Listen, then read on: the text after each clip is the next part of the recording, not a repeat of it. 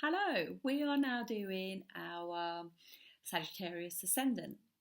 Sagittarius is a dual sign ruled by Jupiter, and it's a fiery sign. And you know the symbol is a centaur with the bow. So they're very focused on the future. And because it's a fiery sign, they're quite energetic and action oriented. And also because it's a dual sign, it means that they can be flexible. Jupiter rules their first and the fourth house. But I just wanted to tell you a little bit about Sagittarius actually before I go into that. So Sagittarius is the ninth original house of the zodiac. It's very much about the truth, beliefs, very much about opinions, law, about teachers, preachers, religion, spirituality, higher education, far distance travel, pilgrimage, things like that. And also the ninth house of the natural zodiac, so it's about the fathers as well, and gurus, teachers. It is obviously, as we all know, Jupiter is like the heavy planet, so it's a little bit like they can be a little bit opinionated and a little bit preachy. So it's you'll notice that actually with friends who have that, even if they have moon here and not just their ascendant or even the sun, they can be quite opinionated, and the truth is always their truth. So I'll have that, so I know what that's like. So have to work on that. I have to realize that everybody's truth is important. Anyway, first and fourth house ruled by Jupiter, so it just means that they are, they're very kind of like emotional about their home life, their mother. They like to live close to their mum. They value their mum, feel emotional about spending time with the family, and their mum could be very sort of spiritual person, emotional, want to help others, very sensitive, fun person, creative. And then we have second and third house, which are ruled by Saturn. So it can mean that somebody, because obviously Saturn always contracts that, so it can just mean that they start earning money a bit later in life, good money, and they're quite frugal as well. So they could actually not be happy to spend money on frivolous things. Always got to think, is this worth spending money on? And their family values are very conservative, and sometimes their family can be quite sort of cold, dry, but very sort of dutiful family. You know, they just do things according to the law of the land, more or less, you could say that. And then we have third house, again ruled, so just their communication will be quite direct. They're probably only talk when they need to. They like to stand back and let others take the fort.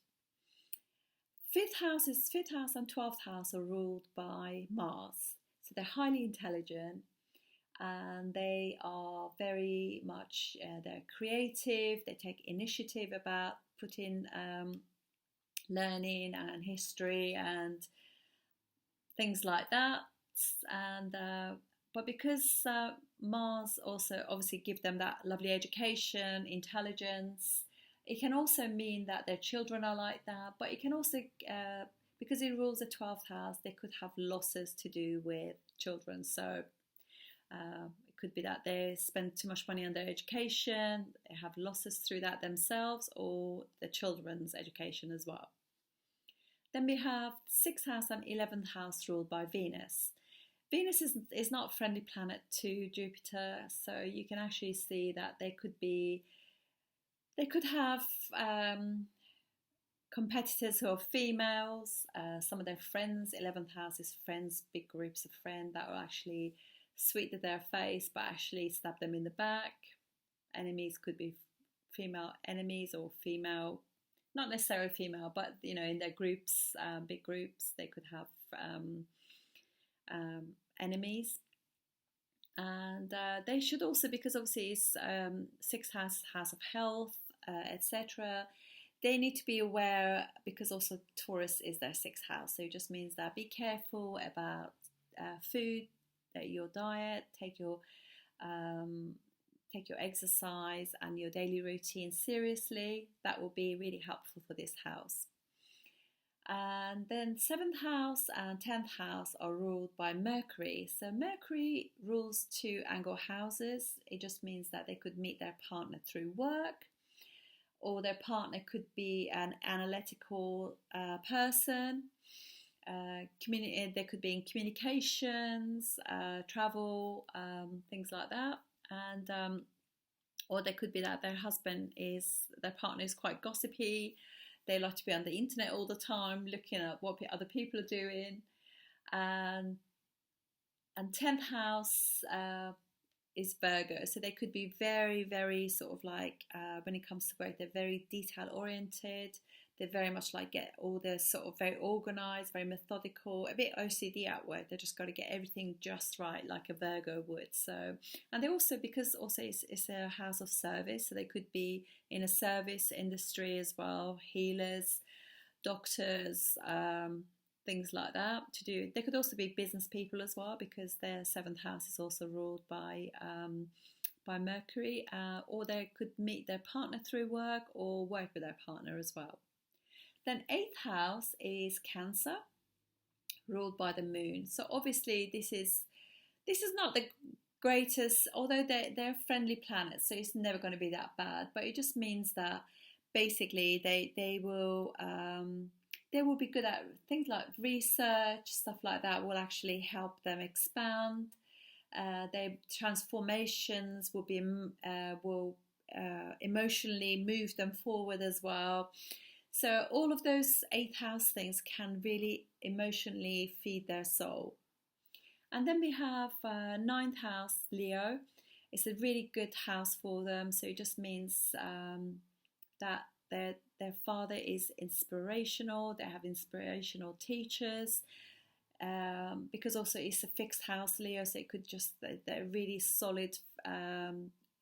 Obviously depends on the sun, but really good education, higher education. They're quite cultured.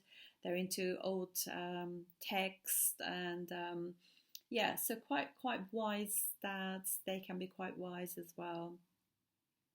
And that, I think, concludes everything. So overall, only one planet is difficult for them, which is Venus. So that's it. It's a great, another great ascendant. They're actually, to be honest, all the ascendants are great. So I don't think any zodiac sign is difficult. We just have to work with them properly. That's all. Thank you for watching. I'll see you next time. Bye. Bye for now.